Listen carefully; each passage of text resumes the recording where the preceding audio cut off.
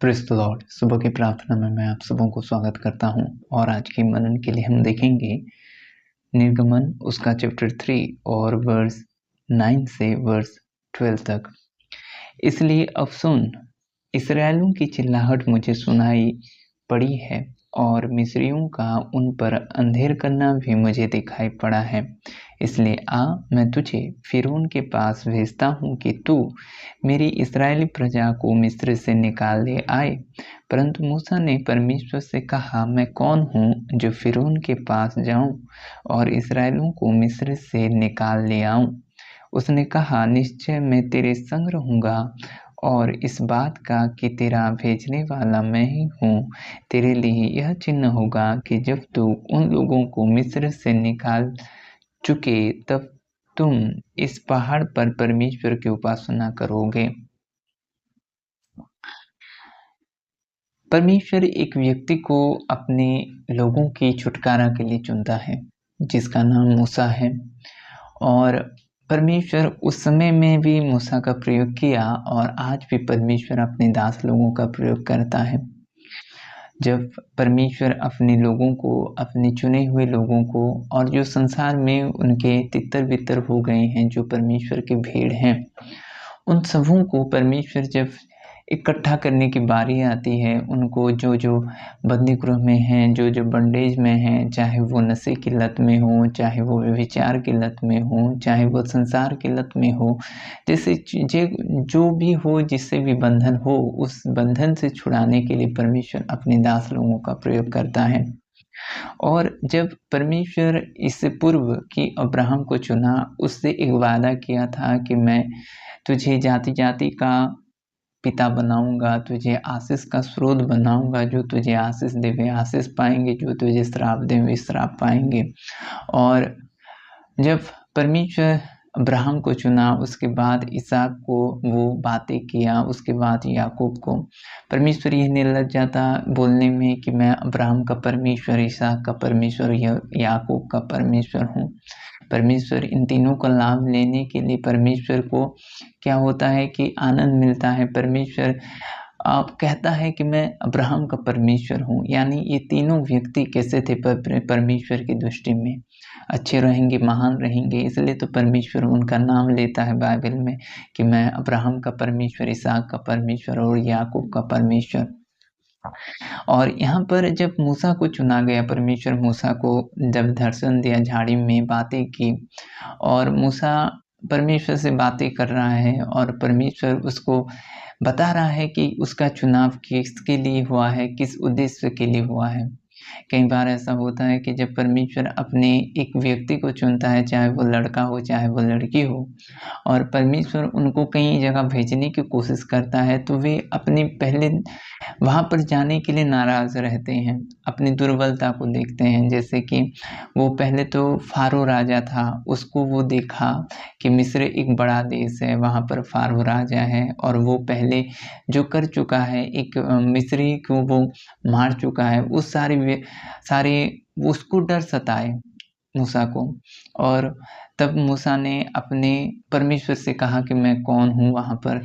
मैं किस लिए जा सकता हूँ? मैं कौन हूँ जो बातें करूँगा?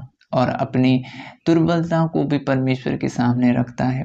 कई बार ऐसा होता है, जैसे कि मैं पहले बोल चुका कि एक लड़की और लड़का को, अगर चाहे आप लड़की हो चाहे लड़का हो, परमेश्वर आपको अगर चुनता है तो कई बार हम अपनी दुर्बलताओं को परमेश्वर के सामने रखते हैं। क्या हम ये भूल गए हैं कि परमेश्वर अपने स्वरूप और समानता में हमें बनाया है? और जब परमेश्वर हमें अपने स्वरूप और समानता में बनाया है, तो हम अपनी दुर्बलता को क्यों देखें? और जब परमेश्वर मूसा को चुना और इस्राएलियों को छुड़ाने की बात की, और यहाँ पर मूसा ने परमेश्वर से बातें कर रहा है कि मैं कौन हूँ, जैसे कि वर्ष 12 में लिखा है कि उसने कहा, निश्चय मैं तेरे संग रहूँगा और इस बात का चिन्ह तेरे भेजने वाला मैं ही हूँ। तेरे लिए ये चिन्ह होगा, जब तू लोगों को मिस्र से निकाल चुके तब तू इसी पहाड़ पर परमेश्वर की उपासना करोगे। ये परमेश्वर की ओर से था कि वो लोग जैसे कि मूसा को वो बोल रहा है कि मैं तेरे संग रहूँगा। और वर्ष 11 में ये लिखा है कि परंतु मूसा ने परमेश्वर से कहा, मैं कौन हूँ जो फिरौन के पास जाऊं और इसराइलियों को मिस्र से निकाल ले आऊं। यहाँ पर मूसा क्या कर रहा है कि अपनी दुर्बलता के बारे में वो परमेश्वर से बता रहा है कि मैं कौन हूँ। यहाँ पर वो ये सोच रहा है कि मैं इस काम नहीं कर सकता, लेकिन जिससे परमेश्वर चुनता है वे खास ही रहते हैं। चाहे आप माने या ना माने, जो परमेश्वर की चुनाव है रहता है वो सबसे खास रहता है। और परमेश्वर हमें चुना है, परमेश्वर अपने लोग किया है। मसीह के द्वारा मसीह से हम बच गए हैं, मसीह के द्वारा हम मोल लिए गए हैं। ये हमारे लिए अनुग्रह है।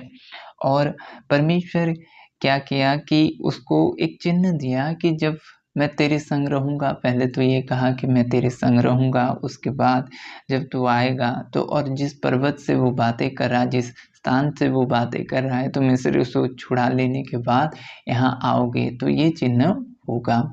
और यहाँ पर परमेश्वर आज क्या किया है हमारे जीवन पर, वो तो इस्राएल के जीवन पर वो कर चुका है, और आज हमारे जीवन पर क्या किया है। और मैं ये बताना चाहता हूँ कि परमेश्वर हमारे लिए आज क्या किया है, अपने पुत्र को दिया और वो हमें पाप से छुड़ाया। ये बहुत ज़रूरी है हमें जानना कि परमेश्वर अपने पुत्र के द्वारा हमें पाप से छुड़ाया है, और अब उसके दासजनों के द्वारा ये कोशिश कर रहा है परमेश्वर कि मेरे लोग मसीह के द्वारा बने, मसीह की तरह बने, मसीह की तरह चाल चलें और उसके वचनों पर चलें। और ये दायित्व तो हमें दिया गया है कि हम प्रभु के लोगों को परमेश्वर की बाट को दिखाएं, परमेश्वर के वचन को वो साझा करें और उनको बताएं कि हमें मसीह की तरह बनना है, मसीह की तरह देखना है। पापों से जो मसीह ने हमें छुड़ाया है उससे हमें नहीं मुकरना है और परमेश्वर की राह तकते रहना है। आज हमारे ये काम है। और जब परमेश्वर मूसा को भेजा और वही मूसा परमेश्वर की बातों को माना, कई चिन्ह और चमत्कार हुए और परमेश्वर बड़ी भुजा से इस्राएलियों को मिस्र से निकाल ले आया। और वैसे प्रभु यीशु मसीह के द्वारा हमें पाप से छुड़ाया है, बंधनों से छुड़ाया है, बीमारी से छुड़ाया है, गरीबी से छुड़ाया है। जो गलती मूसा ने आदम ने किया, उस गलती की भुगतान, उस गलती की भरपाई प्रभु यीशु मसीह के द्वारा पूरा किया गया है। और अब हमें ये करना है कि प्रभु यीशु मसीह की तरह हमें दिखना है, बनना है। प्रभु इस वचन से आप सबों को आशीष करे। आमीन। अभी प्रार्थना का समय है, मैं आपके लिए प्रार्थना करूँगा। पिता, मैं आपके लोगों के लिए दुआ करता हूँ खुदावंद। हे प्यारे पिता, प्रभु जी आपने हमें छुड़ाया है खुदावंद, आपके लोगों को छुड़ाया है प्रभु, पाप से छुड़ाया है, गंदगी से छुड़ाया है, बीमारी से छुड़ाया है खुदावंद, हर एक बंधन से छुड़ाया है प्रभु। हे खुदावंद, प्रभु इन सारी विषयों से वे आज़ाद किए गए हैं प्रभु, उनसे फिर ना प्रभु वे उलझे खुदावंद, ऐसा अनुग्रह करें। हे खुदावंद, प्रभु वे अपने पिछले जीवन पर फिर ना फिरें खुदावंद, प्रभु आपकी बाट जोते रहें खुदा। प्यारे प्रभु खुदावंद, आपके लहू से वे किने गए हैं, आपके लहू से वे खरीदे गए हैं खुदा। प्यारे प्रभु आपके करीब बने रहें खुदा। आप छुएं पिता, आप छुएं उनको खुदावंद। प्रभु जो लोग बीमार से ग्रसित हैं, यीशु के नाम से वे चंगे हो जाएं। जिनका मन अशांत है, प्रभु आपकी शांति उनके मनों पर, उनके जीवन पर प्रभु उतरे खुदा। हे प्यारे पिता, प्रभु जी आपकी राहों में प्रभु जी वे धीरज बन के खुदावंद ताकते रहें खुदा। प्यारे पिता आपके करीब बने रहें खुदा, उनको प्रभु पाप से बचाएं, बुराई से बचाएं, प्रभु जी परीक्षाओं से बचाएं खुदावंद। हे पिता, प्रभु जी आपके बड़े काम करने के लिए आप अनुग्रह करें, आपके करीब बने रहने के लिए आप अनुग्रह करें। प्यारे पिता आपके वचनों पर चलने के लिए आप अनुग्रह करें खुदा। आपकी बड़ी दया उनके जीवन पर हो, यीशु नासरी के नाम में, आमीन। God bless you.